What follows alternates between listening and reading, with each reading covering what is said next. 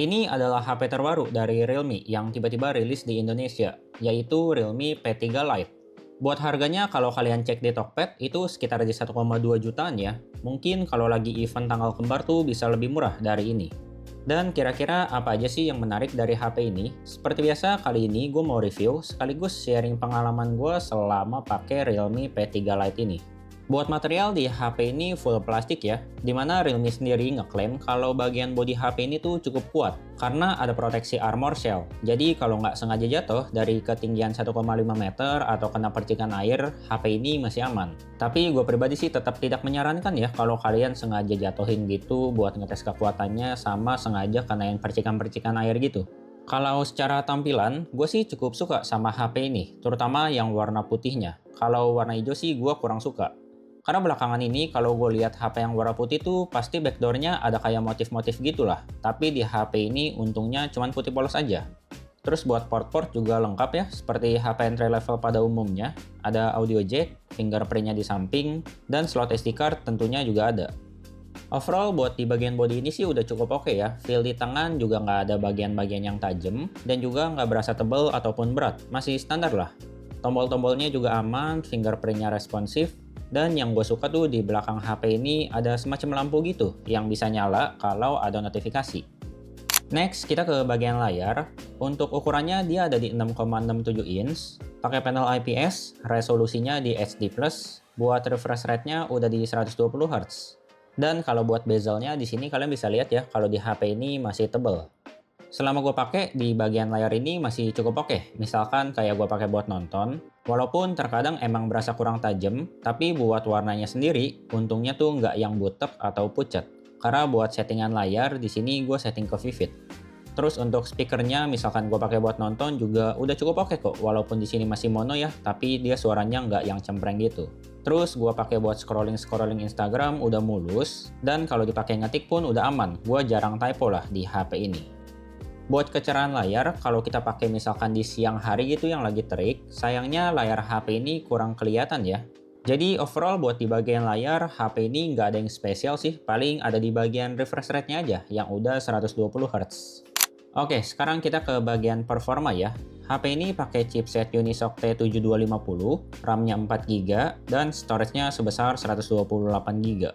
Ini pertama kalinya sih gue cobain chipset Unisoc ya di HP ini. Dari tes Antutu Benchmark 11 sih hasilnya dia ada di 380 ribuan. Yang jelas secara performa sih dia masih di bawah chipset unggulan gue buat entry level yaitu Helio G99.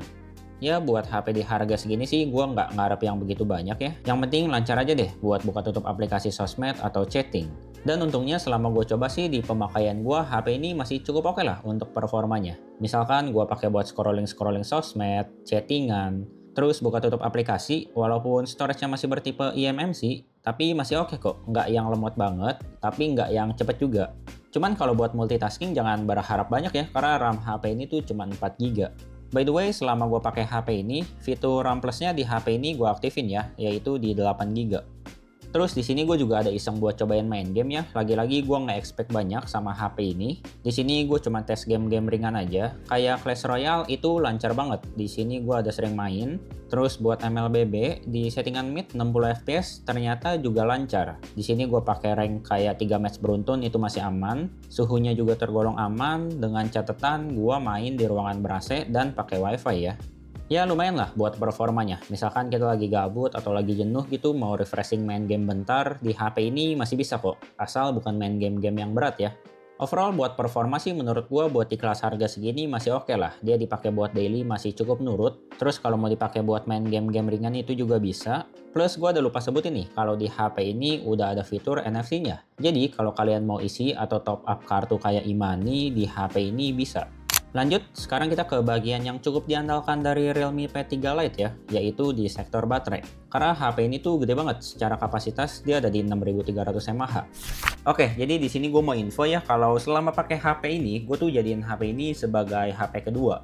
Dimana buat pemakainya tuh itu gue pakai buat scrolling TikTok, Instagram, ataupun nonton YouTube. Dan yang paling sering gue pakai sih itu ada di main game Clash Royale, karena belakangan ini gue lagi ketagihan main game itu. Jujur selama gue pakai HP ini sih gue cukup kesusahan ya buat ngabisin baterainya. Ini tuh karena kombinasi kapasitas baterai yang gede, terus resolusi layarnya dia juga cuman SD, ditambah dia pakai chipset low performance. Alhasil daya tahan baterainya tuh gila banget lah. Kalian bisa lihat aja di sini gue tuh terakhir ngecas 2 hari lalu. Baterainya masih sisa di 40% dengan SOT 8 jam 36 menit. Padahal di sini tuh gua pakai buat main Clash Royale berjam-jam. Jadi soal baterai sih di HP ini beneran mantep ya, karena gue sendiri cukup kesusahan. Mungkin kalau kalian pakai untuk HP utama gitu, ya 1 hari lebih pasti bisa lah di HP ini. Cuman sayangnya kalau buat ngecas di HP ini cukup lama nih. Buat ngecas dari 15% ke 100% pakai charger bawaan yang 15 watt, 1 jam pertama dia keisi 53%, kemudian setelah 2 jam dia keisi di 88%, dan baru nyentuh 100% setelah 2 jam 45 menit. Jadi hampir butuh 3 jam buat ngecas HP ini sampai penuh. Cuma harusnya masih bisa dimaafkan sih sama daya tahan baterai HP ini yang mantep lah. Sebenarnya sih ada saudara kembarnya yang speknya sama persis, tapi harganya tuh lebih mahal ya, sekitar 200 atau 300-an, yaitu Realme C71 yang chargingnya lebih cepat di 45 watt. Ya kalau kalian pengen bayar lebih mahal buat dapetin charging yang lebih cepat, silahkan aja. Kalau gue sih lebih mending pilih yang lebih murah aja. Kemudian kita ke bagian kamera. HP ini cuma ada satu kamera aja di belakang sebesar 50 megapiksel dan kamera depan sebesar 5 megapiksel. Untuk hasilnya seperti yang bisa kalian lihat, kalau di kondisi terang hasil fotonya udah oke kok. Dia udah cukup detail, buat karakter warnanya ini lebih di boost dari aslinya.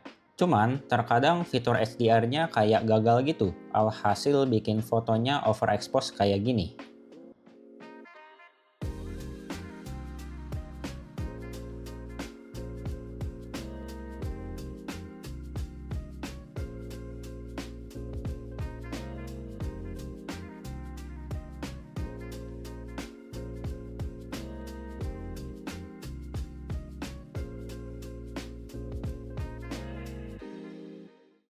Buat kondisi low light, detail udah pasti menurun, noise-nya juga udah mulai banyak bertebaran.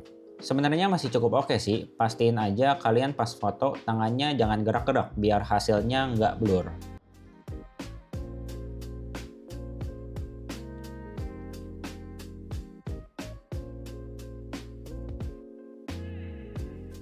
Kemudian buat videonya jangan terlalu berharap sih. Di sini autofokusnya kayak kesusahan gitu, jadi kalau dipakai sambil jalan tuh nggak fokus dan juga hasilnya kurang banget lah. Padahal ini di kondisi terang.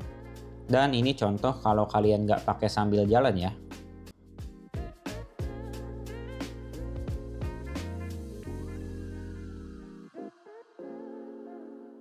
Terus kalau di kondisi low light kurang lebih hasilnya kayak gini.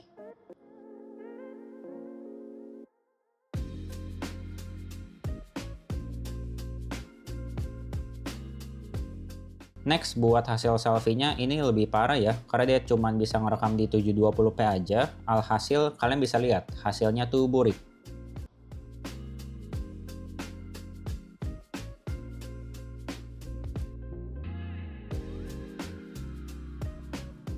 Jadi buat di bagian kamera, HP ini kalau dipakai foto masih cukup oke lah, tapi kalau dipakai buat video ini hasilnya nggak banget sih. Terakhir kita ke bagian software nih, di mana HP ini berjalan di Realme UI 6 dengan Android 15. Buat janji update-nya sih gue nggak nemu ya, HP ini dijanjiin bakal berapa kali update Android dan berapa tahun security patch. Tapi kemungkinan sih update ke Android 16 harusnya dapet ya.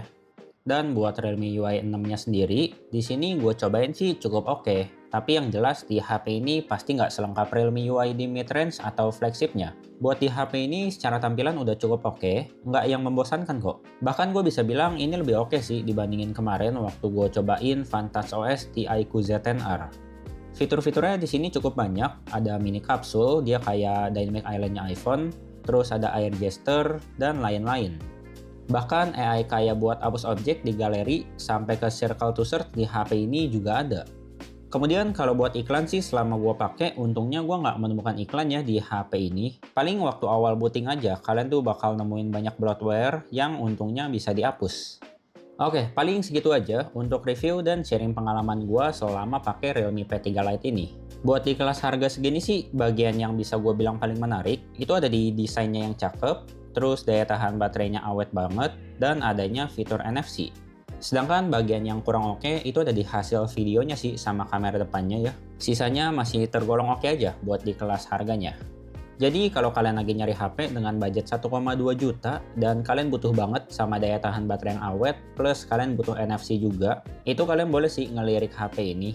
Tapi kalau kalian nggak butuh-butuh amat sama NFC, saran gue sih kalian boleh ngelirik dari brand lain juga. Misalkan dari yang pernah gue coba dengan harga yang sama sih, itu ada Samsung A07. Overall di HP itu masih ngasih pengalaman yang lebih enak lah dibandingin HP ini, terutama di bagian performanya. Buat video reviewnya juga udah pernah gua buat kok di channel ini.